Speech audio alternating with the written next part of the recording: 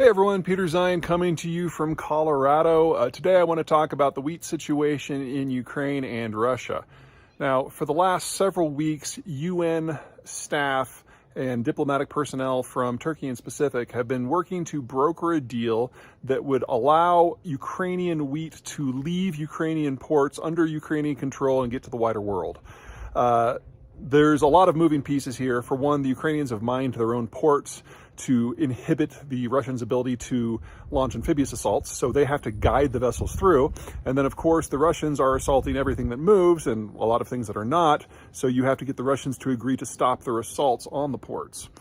Now, right now, the Ukrainians have about 18 million metric tons stored up in their silos at or adjacent to their ports. That's a lot that needs to move. That is in excess of half of a normal harvest for the country.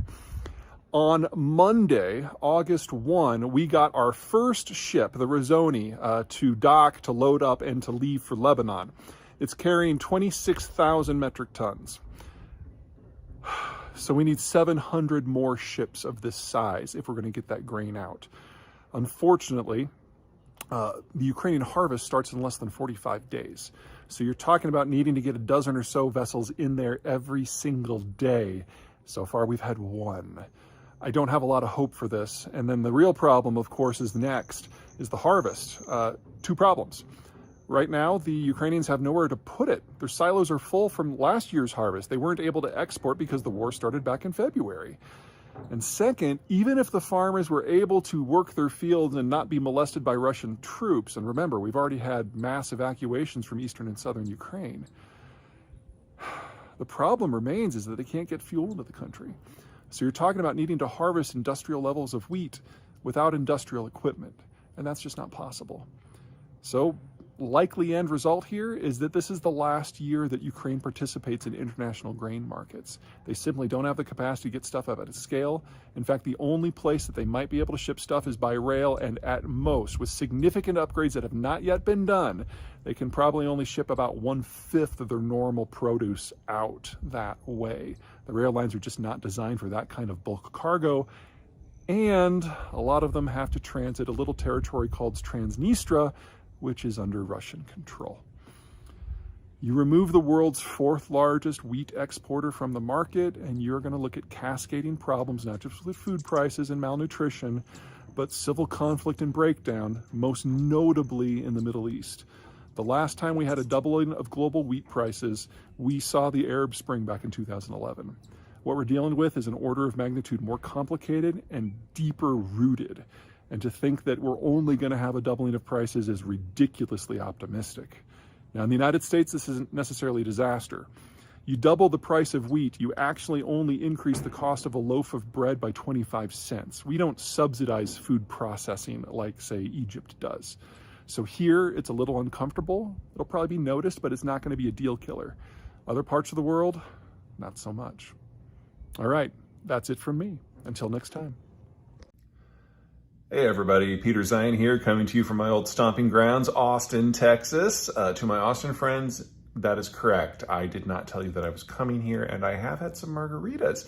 However, I'm only here for 19 hours, so don't get crazy. I'll still see you in a couple weeks when I'm back. Anywho, the big news of October 5 is that OPEC has announced it is planning on reducing output by 2 million barrels a day, despite the fact that there's a war raging in a major energy producer, and energy prices writ large are really high, and global inflation is high. Now, some people are, of course, well, I shouldn't say some people, a lot of people are, of course, latching this onto whatever their favorite drum is to beat at the moment. Some people on Twitter have said that, of course, they're doing this to stick it to, quote, my boy Biden. And, my boy Biden? Ew. No. Far more important is that OPEC is nowhere near their production quota. In fact, as recently as August, they were about 2.8 million barrels a day below it. So if they cut their quota by 2 million barrels a day, that actually means they might increase output. So, number one, let's wait to see what happens here. The problem here is that if you are outside of the Persian Gulf, OPEC members, so Kuwait, United Arab Emirates, and Saudi Arabia, everyone else has just been in this investment bomb for over a decade. In fact, since 2014, total investment to all oil and all natural gas globally, government, state company, private companies, doesn't matter, the total is down by about 2/3. And the non-Gulf OPEC countries are no exception. Places like Gabon and Nigeria and Venezuela are just borderline incompetent when it comes to maintaining their own energy infrastructure anyway. So they're completely dependent on internal investment, and yet they think they have checks that they need to write, so they don't provide the investors with particularly great terms. And so if you're those investors and cash is limited, you try to put your money elsewhere where it's going to be more productive with a more reliable partner. And that manifests as lower production in a lot of OPEC states to the tune of apparently 2.8 million barrels per day. Now, in the last few weeks, about a fresh million has come online, mostly from Libya and Nigeria, because a certain confluence of events have allowed them to increase output in the short term. But don't expect that to drop. Both of them are very close to record low outputs at the moment, and they'll probably be back within a few months. This is kind of how it shakes out with these folks. Anyway, bottom line is, before you ascribe any sort of motivation to OPEC, the favorite one being that they're trying to stick it to Biden because Biden is green and hasn't been exactly kind to the Saudis. There might be something to that, but we're not there yet. Don't ever, in this line of work, listen to what people say. Watch what they do, especially when you're talking about folks in the Middle East, where suicide bombs are often perceived as a legitimate form of political discourse. The rules are different over there, and we need to keep that in mind before we jump to any conclusions. So wait, watch. Let's see what the Saudis do over the course of the next few weeks with their actual oil exports. That'll tell us everything we need to know about what it is they're trying to actually achieve. Okay, that's it for me. Until next time. Hey everyone, still August 2, and I got to talk about the elephant in the room. Nancy Pelosi, the Speaker of the House, Democratic leadership, is probably going to be going to Taiwan very soon. Maybe today, maybe tomorrow. That's soon. So this is super exciting. The one China policy is something that the United States developed kind of unofficially back in the 1970s, when we decided that it was really important for us to split the Chinese off from the Soviets. So Nixon went to visit Mao, and they basically hashed out a deal where China would join the American-led globalized order, and China would become a major industrial and manufacturing power as a result, have access to the American market just like all the other allies did. Game changer. But that is not now. The Cold War ended in 1992, so the strategic rationale for this sort of partnership dissolved 30 years ago. And in the 30 years since, the Chinese and the Americans have found themselves on increasingly opposite sides of pretty much every question that matters, whether it's environmental or energy or manufacturing or trade or human rights. You can really pick your poison. Which means that over the last decade, interest in the United States in the one-child policy has been waning dramatically.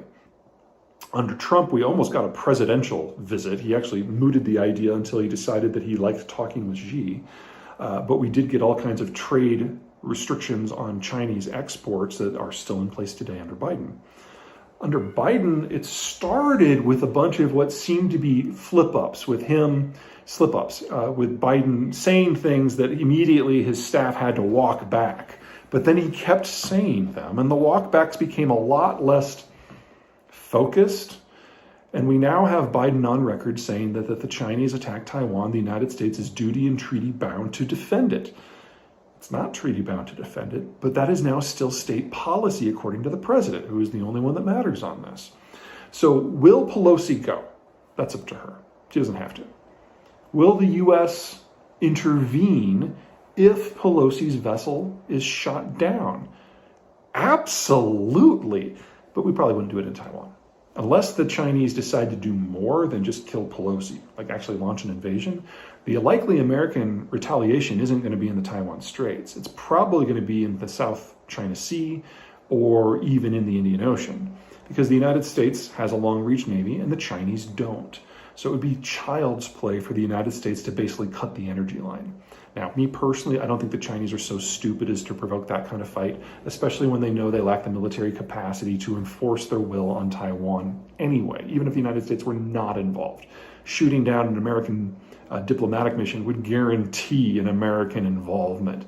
That's not something the Chinese can afford or would do. They're not dumb, but they are blind. Under Chairman Xi, we have seen a complete gutting of government decision-making and just the evisceration of the ability of any bureaucrat or minister to take a stance on anything without clearing with Xi first. We have complete paralysis. This isn't Russia, where there's still a half dozen people who still have Putin's ear. This is China, where Xi has literally executed the messengers so many times that he's no longer getting accurate information, and where people are abiding by cult of personality economics and politics and doing what they think their great leader wants. And if they think their great leader wants a war with Taiwan, a lot of triggers could be pulled without actually being what Xi wants to happen. So if this were up to Xi, if he was micromanaging this situation, I really doubt we'd have a conflict. But that's not necessarily where we are right now. The nationalism, the wolf warrior diplomacy, it has gotten away from Beijing and it's taken on a life of its own. And that is where the risk is now. You get some ultranationalist Chinese who's control of a ship or a missile system or a plane who decides to take the shot. And that would get ugly very quickly for China. Okay, that's it from me. Until next time.